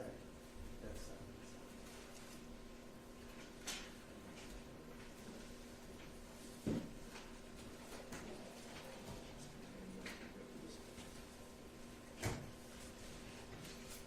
Hey, Mark, I think we invented one that was further down that wasn't even 7, because the screenshots are removed. There was another one that was further down, because the screenshots are removed. What one is that? Sir, if you'll please raise your right hand. You solemnly swear the testimony you're going to give is true and the truth of your perjury. Yes. Okay, please have a seat. And if you could scoot up as close as possible to those microphones, they do amplify your voice along with record your voice. It's very important for you to respond to all questions verbally. Please refrain from nodding your head or saying "uh-huh" or "uh-huh" because it's difficult for the court recorder to record. Additionally, if you could keep your voice up so everybody can hear you, that would be helpful. I will leave it up to you as to whether or not you're comfortable removing your mask. If you want to remove your mask and you're comfortable doing so, you may. As you can see, we do have plexiglass around the witness stand, or you can keep it on, okay? I'll see how it goes. Okay. I'm sorry? I'll see if It's going to be loud. difficult to hear you. And then you do need to keep your voice up, though, Okay. okay? If you could please state and spell both your first and last name for the record. Andrew Smith, ANDREW SMITH. Thank you. Go ahead, Counsel.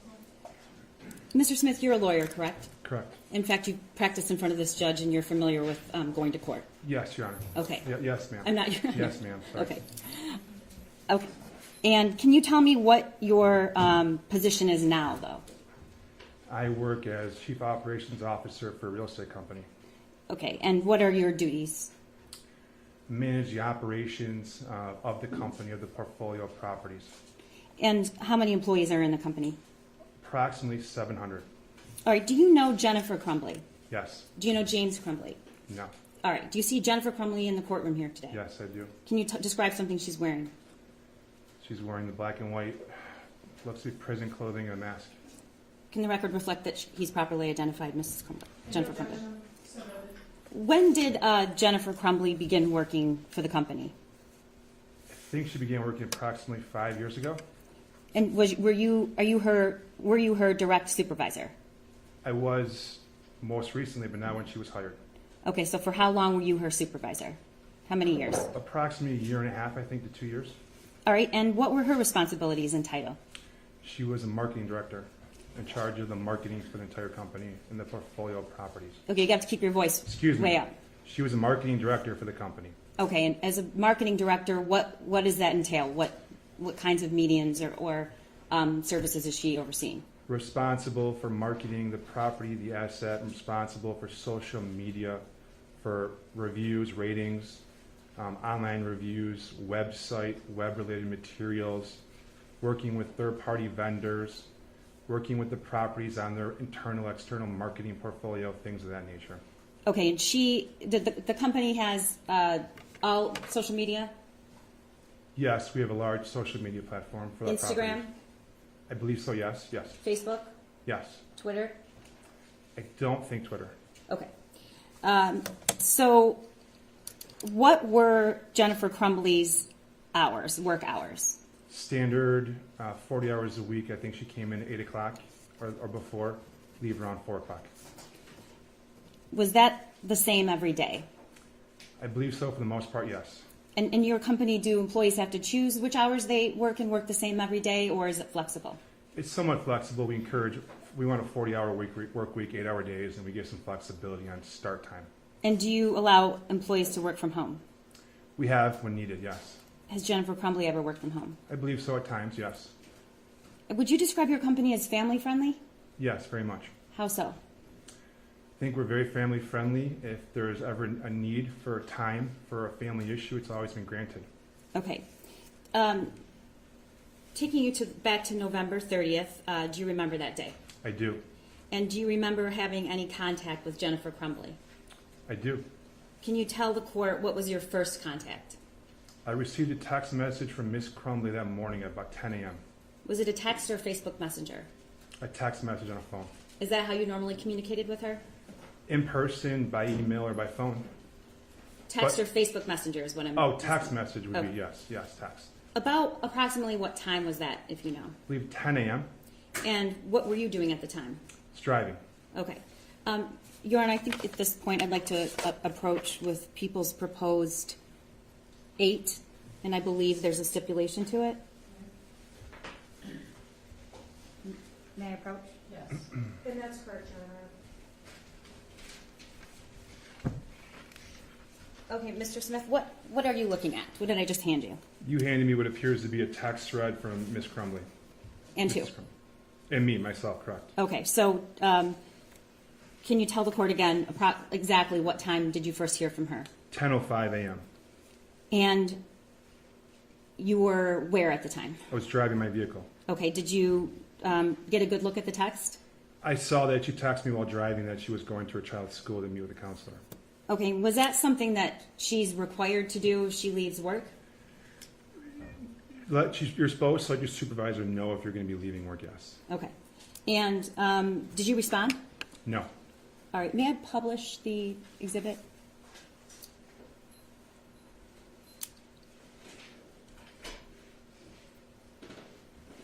Okay, so the worksheet, which has also previously been exhibited, entered into evidence, she also attached the math worksheet, correct? Correct, yes.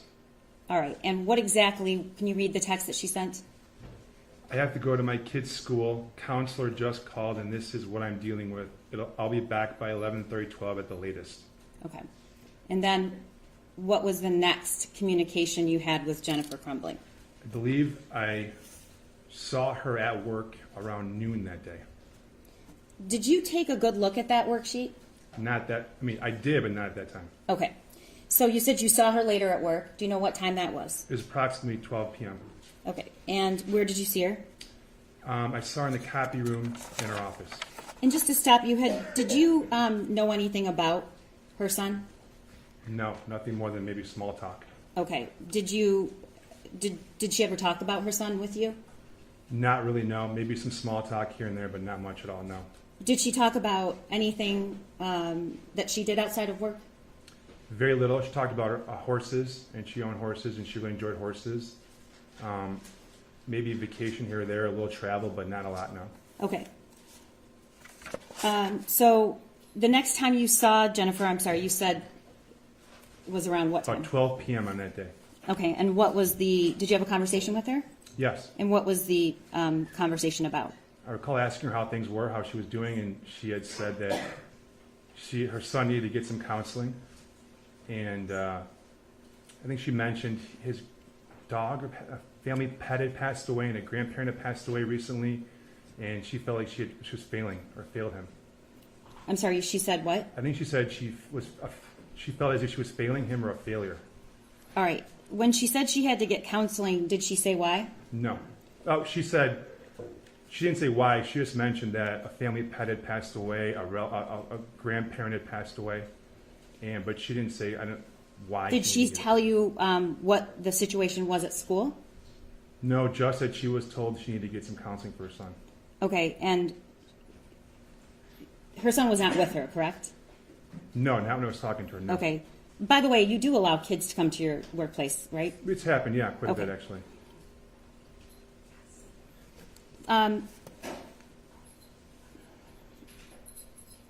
Can you tell the court what was on Jennifer Crumbly's schedule that day? I know we had a meeting scheduled to visit the property that afternoon. And did you talk to her about going to the meeting? Yes. When did you speak with her? We may have talked before the 30th, but we talked that day, that afternoon.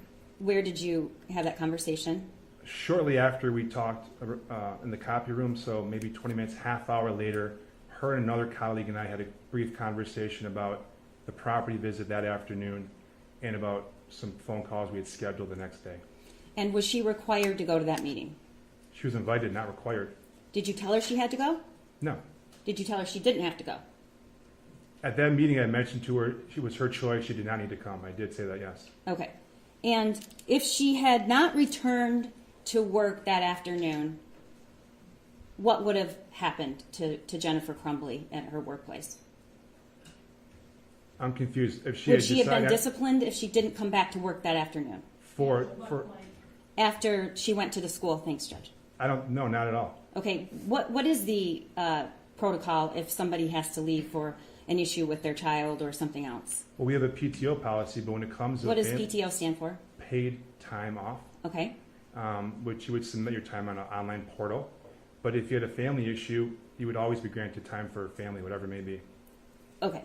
And did she ever request to leave that day after she went to the school and came back? She never requested, but she did leave that day, yes. Okay, we're going to get to that in a minute. Okay. What was the next time that you spoke to Jennifer after you had the meeting about the schedule that day? The next time I spoke to her was briefly when I heard her screaming down the hallway. How far away is your office from hers? 10 feet? Okay, and what, you said you heard screaming? Yeah, I heard some loud yelling, screaming. And what did you do? I heard it. I think I was on a call or a Zoom, and I walked out of my office to see what was going on, and I saw and heard Mrs. Crumbly say that there was an active shooter at her child's school, and she had to go. And did she leave? She did. And I assume you didn't have a problem with that. I said go. Okay. What did you hear from her again that day? Yes. Can you tell the court how did you hear? Was it a text, a call? I received both. She had texted and she made 2 phone calls that day. Do you know what time those occurred? I received text message about 20, 30 minutes after she left. Okay, we have the exhibit published. And can you read that text that came in at 1:23 p.m.? Correct. Okay.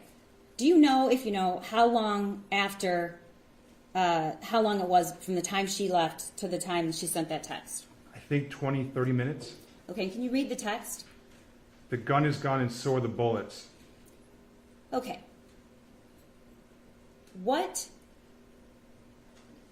When she texts, the gun is gone and so are the bullets, did you know anything about a gun at this point? Not at all, no. And what did you think when you received that? I didn't know what she was saying. I was concerned. Okay, and what happened after that? I texted her back. I said, I'm praying everything is okay. I didn't know what to say at the time. Did you know that there was a gun or bullets in the home at all? Not that I'm aware of, no. Not what? Not that I was aware of, no. Okay. So had you had a previous conversation with Jennifer Crumbly about guns? None that I recall, no. Okay. And do you follow her on social media? Yes, at the time I did. Okay. And do you regularly look at her posts? I don't regularly, but I see her post. I would see her post time to time, yes. And did you ever remember seeing a post about a gun? I remember seeing a post about a shooting range. Before the 30th? I don't recall before or after. I don't recall. Okay. And what did she respond? When did the first phone call come? It was about 1:30, 1:25, 1:30. So was it before the next text?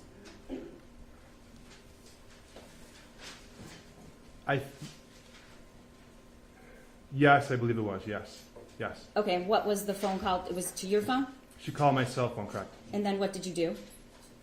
I had walked down to our HR director's office. And what is her name? Kathy Poliquin. Okay. When I received this text, I was, I believe, in a hearing on a Zoom meeting, and I stepped away because I was concerned by what I had just received and learned, and walked down to our HR director's office. When in her office, I received the phone call. And did you have the phone on speaker, or did you just take the call in her office? I took the call and put it on speaker. Okay, and what did Jennifer say? I recall her saying she was trying to get to her child's school. She sounded frantic. You could hear ambulance or sirens in the background, and that their gun was missing, or their gun was missing.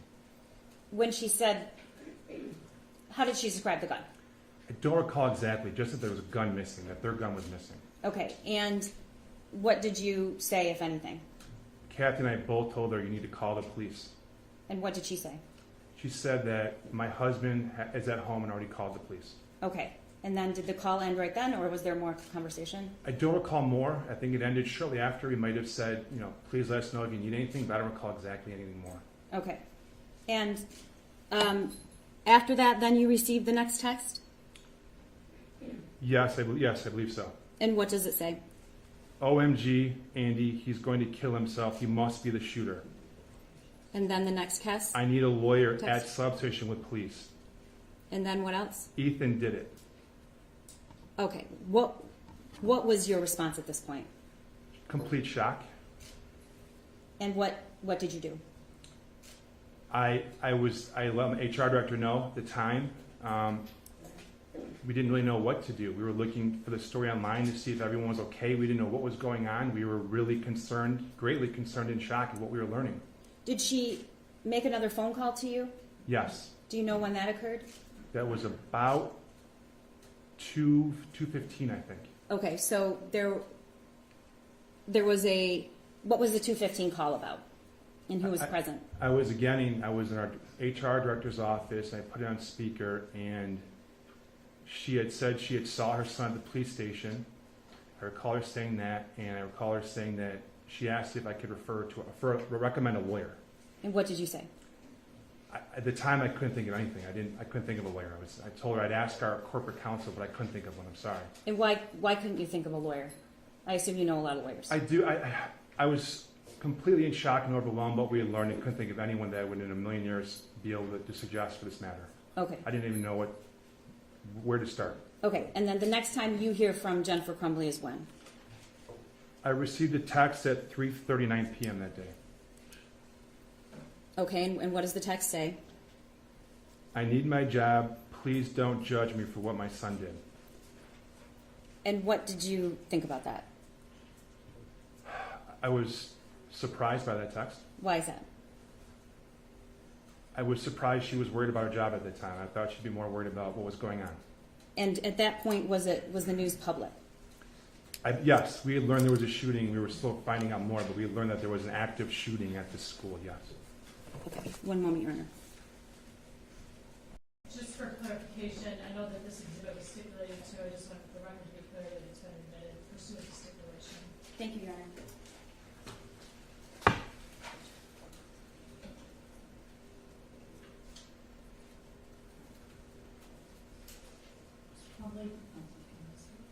Mr. Smith, at some point that meeting you spoke of that Mrs. Crumbly, would you consider it optional that she go to that meeting?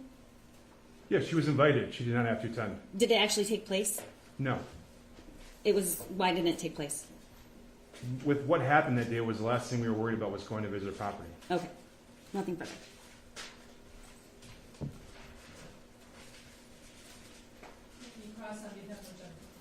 Thank you. Good afternoon. Afternoon. My name is Shannon Smith.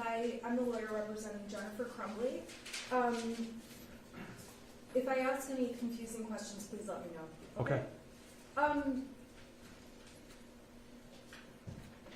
You testified that the company is family friendly, correct? Correct. If people need time off to do things for their children, your company is flexible and allows that to happen. Yes. And in terms of with Jennifer Crumbly, you were aware Ethan was her son. Yes. And while you didn't discuss Ethan very often, she didn't make it any secret she had Ethan as her son, correct? No, I knew she had a son named Ethan, yes. Okay, and did you see that she had photographs of him playing soccer up in her office? It sounds familiar, yes.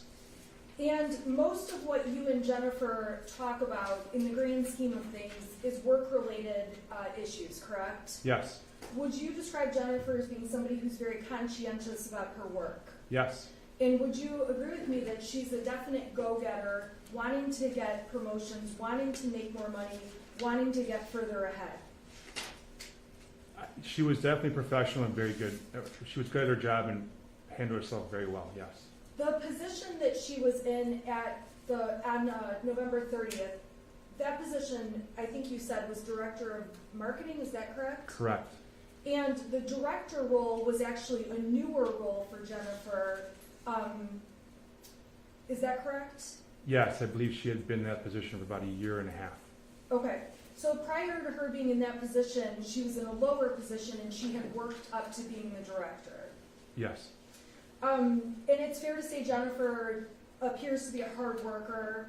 I believe so, yes. And, okay, so you've been in touch with her and working with her the entire time she's been employed at the company, correct? She didn't report to me until she became the director of marketing, but we would have had interaction before that time, yes. Okay, thank you. When you were talking to Jennifer and she mentioned she had to go over to the school counselor, you testified that she said something about, I feel like a failure. Is that correct? Yes. What did you take that to mean?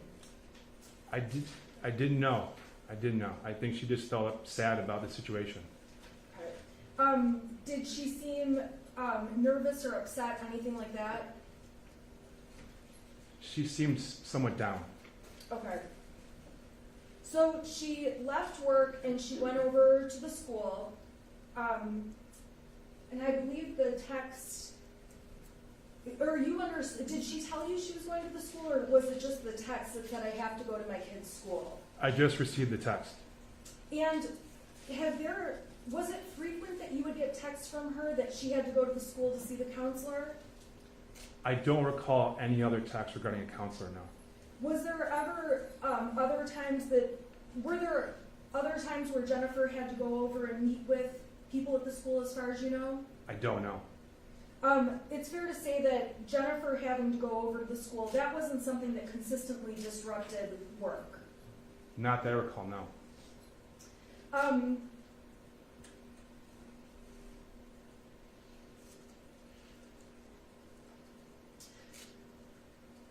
So you testified she went over to the school, and then did you say there was a phone call after she left the school? Or what was the next phone call? I received a phone call from her that afternoon. Okay, and that afternoon, the phone call, you described her as being frantic. Yes. Okay, tell me what you mean by that.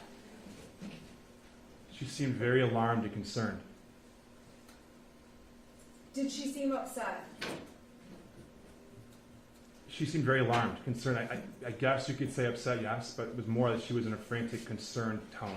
And was that when it was your understanding she was trying to get to the child's school? Yes. And it was in that phone call where she told you that there was a gun and that James had already called the police about the gun. Is that correct? Correct. At that point in time, did you and Jennifer discuss any other issues? Not that I recall. Okay. Was it a conversation that was frantic in terms of fast-paced, or was it slower-paced? Do you recall how that call was? I just recall she was frantic and you could tell very alarmed. Okay. And obviously that concerned you. Absolutely. When you received the text that said, "Oh my God, Andy, he's going to kill himself. He must be the shooter," what did you take that text to mean? I don't know how to answer. I was very alarmed by the text, obviously. Ethan being suicidal, was that something that you had ever discussed with Jennifer Crumbly? No. Ethan being a shooter of any person or being thought to be homicidal, was that something you had ever discussed with Jennifer? No. Had you ever had thoughts in your mind that based on what Jennifer said in front of you, that Ethan would be a school shooter. No. As far as you are aware, Jennifer is the breadwinner in the home. Is that a fair statement? I don't know. So you don't discuss the details of James' employment or what James does with him? I've never discussed anything with James before, no. Okay, and as far as you know, Jennifer's never given you details about his employment or anything like that? I believe she may have mentioned he got laid off or was in between jobs at one point. Yeah, I remember that, yes. Okay. As far as Jen not talking to you about Ethan frequently, that wasn't something that rubbed you as strange, correct? No? There was no time where you ever went to Jennifer and said, I'm really concerned about your son or the way you handle or don't handle your son. Is that correct? That's a correct statement, yeah. Your relationship with Jennifer just isn't one where that kind of conversation would be normal. That's a fair statement, yes.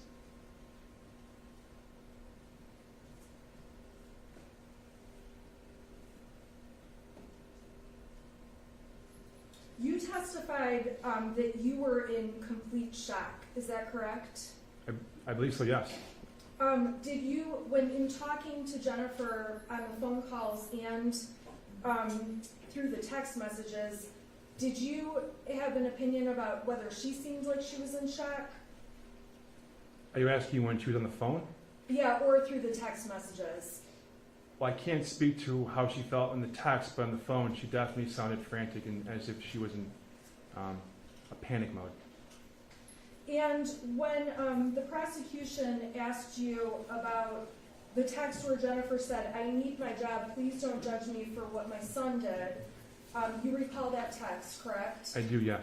And you testified that you thought it was strange she'd be worried about that with everything going on, is that correct? Yes.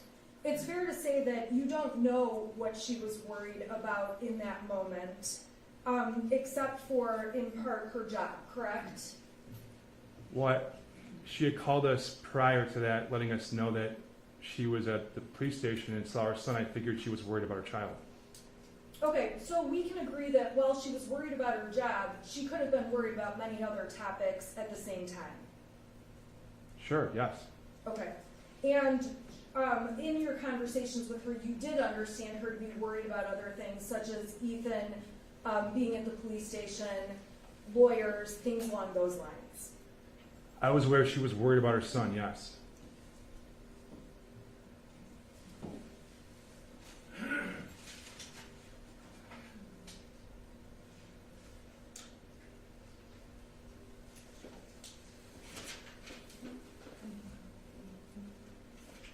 Your Honor, I have nothing further for Ms. Crumbly at this time. Any questions of any cross for James Crumbly?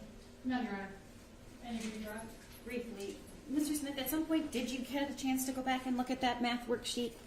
At some point, yes, I did. When did you do that? Later that afternoon.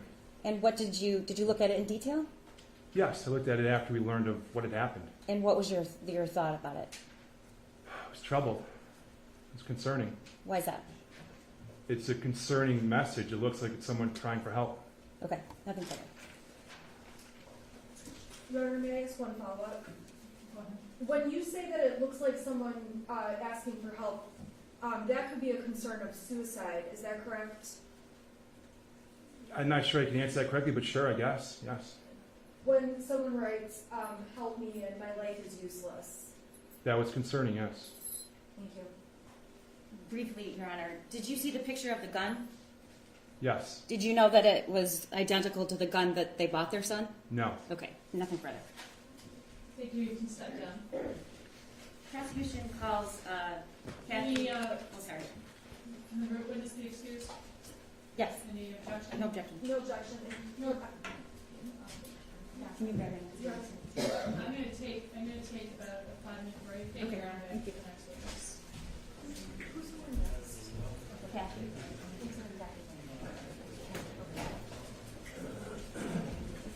Yes, we're going to take you down to the back. Okay, perfect. There it is.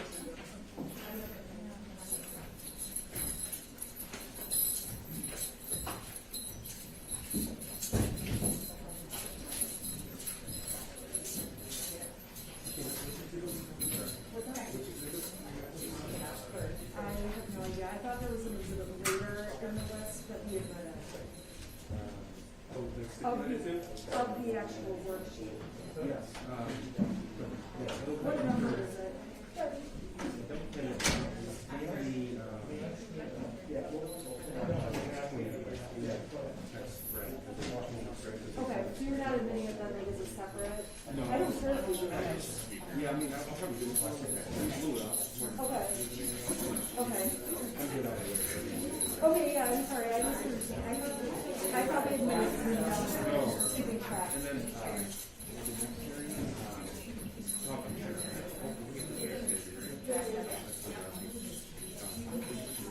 Yeah. Okay. Okay, got it, thank you. I mean, communications always, I know it's not, great. Speakers are off. speakers are off. Yeah, so it's just a, Okay. is a far left, looking on. Probably both. If you need to open the video, I'll just let you know. I've kept it off. So just, we'll turn it on. I appreciate it. Thank you.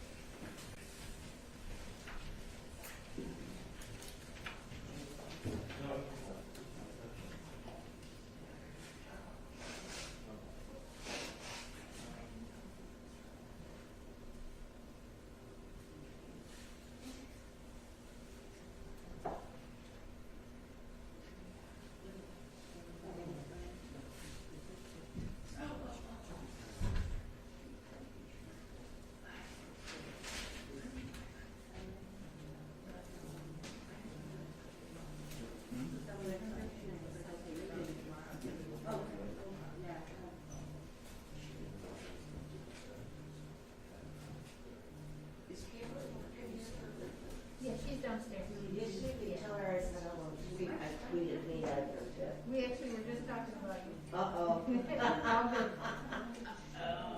She was saying how much she liked you. Yeah, she's a good person.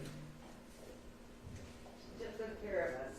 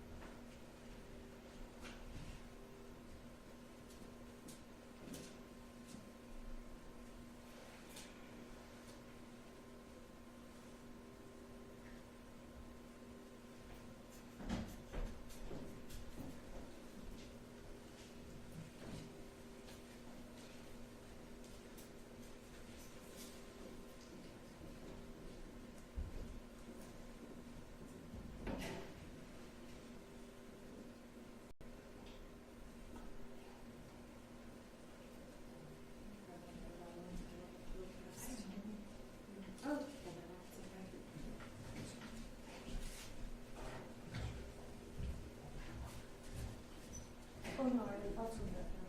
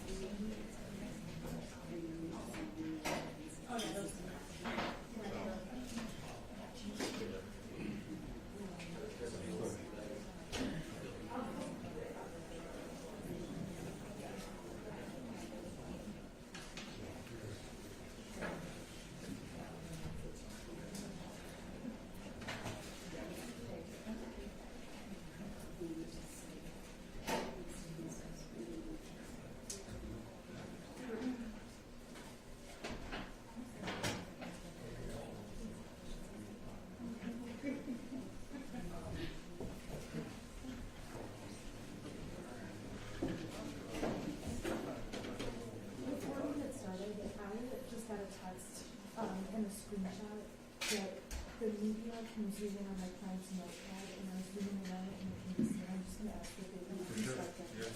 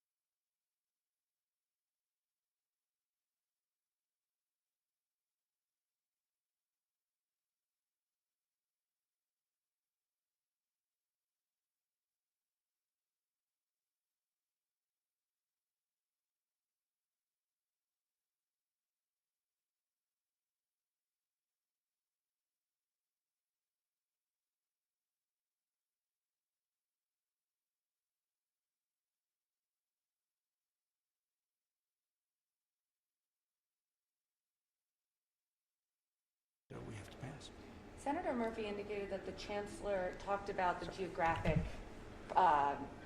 closeness of Germany versus us, that we have the advantage of looking at this from a distance versus a land war would really have effects on Germany. Yeah, I think, obviously we discussed a lot of things. I don't think that was a big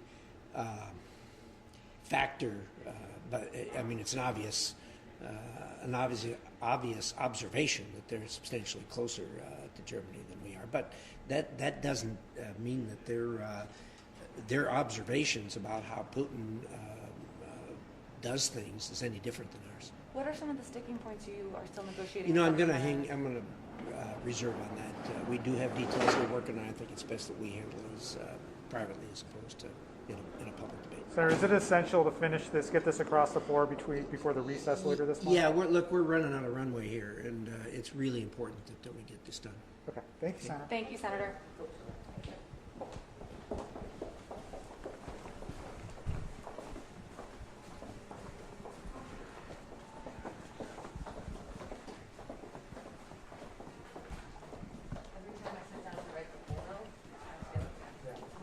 Now this is the life we've chosen. I know, I feel bad. They're not getting it.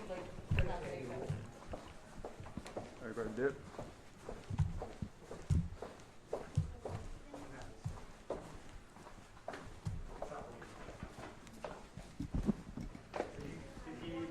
Were you here when he went in? He basically said the same thing. It's a work in progress, and I asked him about the RNC calling January 6th political discourse, and he didn't answer the question.